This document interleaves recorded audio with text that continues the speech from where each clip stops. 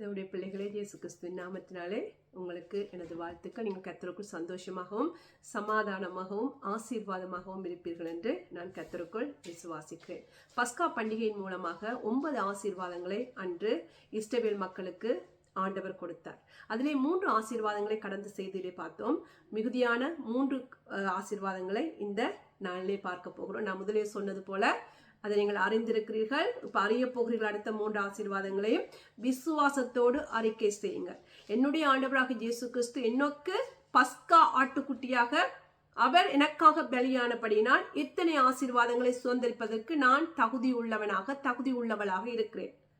இந்த காரியங்களை நீங்கள் அறிக்கை செய்யும் போது அப்படியே அந்த ஆசீர்வாதங்கள், விசுவாசத்தோடு அறிக்கை செய்யும் போது அப்படியே இந்த ஆசீர்வாதங்கள் உங்களுடைய வாழ்க்கையிலே கடந்து வருவதை, நிறைவேறுவதை, உங்களுடைய வாழ்க்கையில் மாத்திரமல்ல உங்களுடைய குடும்பத்தில், உங்களுடைய பிள்ளைகளுடைய வாழ்க்கையிலே நிறைவேறுவதை நீங்கள் பார்க்க முடியும். இன்றைய பார்க்க போகிற 3 காரியம். முதலாவது, யாத்திராகமம் 23ஆம் அதிகாரம் 25ஆம் வசனம்.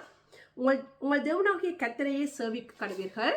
அவர் உன் அப்பத்தையும் உன் தண்ணீரையும் ஆசீர்வதிப்பார், வியாதியை உன்னிடத்திலிருந்து விலக்குவார்.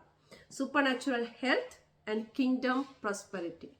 எனக்கு பிரியமானவர்கள், இது முக்கியமான காரியமாக இருக்கிறது. நம்முடைய ஹெல்த் அண்ட் வெல்த், நம்முடைய ஆரோக்கியமும் நம்முடைய பொருளாதார ஆசீர்வாதமும். தேவனுடைய ராஜ்யத்தை கட்ட வேண்டும் என்று சொன்னால், தேவனுடைய ராஜ்யத்தை முன்னோக்கி நகர்த்த வேண்டும் என்று சொன்னால் அநேக காரியங்கள் நமக்கு தேவை. முக்கியமானது நம்முடைய ஹெல்த், நம்முடைய வெல்த்.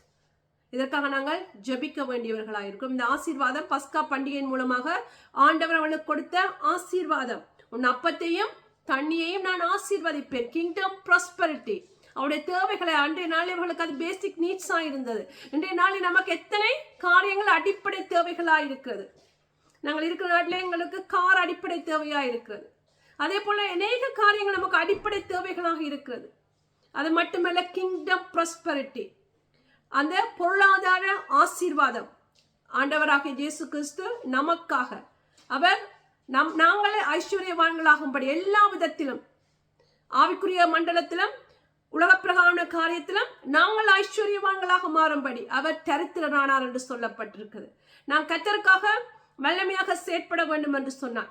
கர்த்தர் நம் மூலமாக என்ன நோக்கத்துக்கு அவர் நம்மை அனுப்பினாரோ அந்த நோக்கத்தை வெற்றிகரமாக செய்து முடிக்க வேண்டும் என்று சொன்னார். நம்முடைய உடம்பிலே ஆரோக்கியம் இருக்க வேண்டும், நாங்கள் பொருளாதார ஆசீர்வாதமாக இருக்க வேண்டும். எப்படியாக தேவனுடைய ராஜ்யத்தை கட்ட முடியும்? எப்படியாக தேவனுடைய சபையை கட்ட முடியும்? எப்படியாக அநாதைகள், திக்கெட்ட பிள்ளைகளும் விதைகளும் படுகிற உபத்திரத்தில் அவர்களை விசாரிப்பதே பக்தி என்று சொல்லப்பட்டிருக்கிறது. எப்படியாக விசாரிக்க முடியும்? கிங்டம் ப்ராஸ்பரிட்டி நமக்கு தேவை.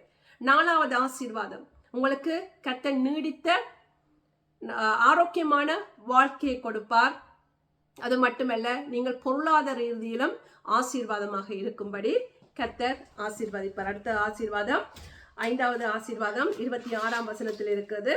கற்பம் விழுகிறதும் மெலடும் உன் தேசத்தில் இருப்பதில்லை, உன் ஆயுசு நாட்களை பூரணப்படுத்துவேன். ஆமென். God will fulfill the days of your life. God will fulfill the days of your life. அது மட்டுமல்ல, கற்பம் விழுகிறது இருப்பதில்லை, மெலடும் உன் தேசத்தில் இருப்பதில்லை. Covenant protection for multiplication and longevity. கர்த்தர் நம்மை பெருகும்படியாக, எல்லா விதத்திலும் ஆசீர்வாதமாய் இருக்கும்படியாக அவர்களுக்கு அன்றைய நாளிலே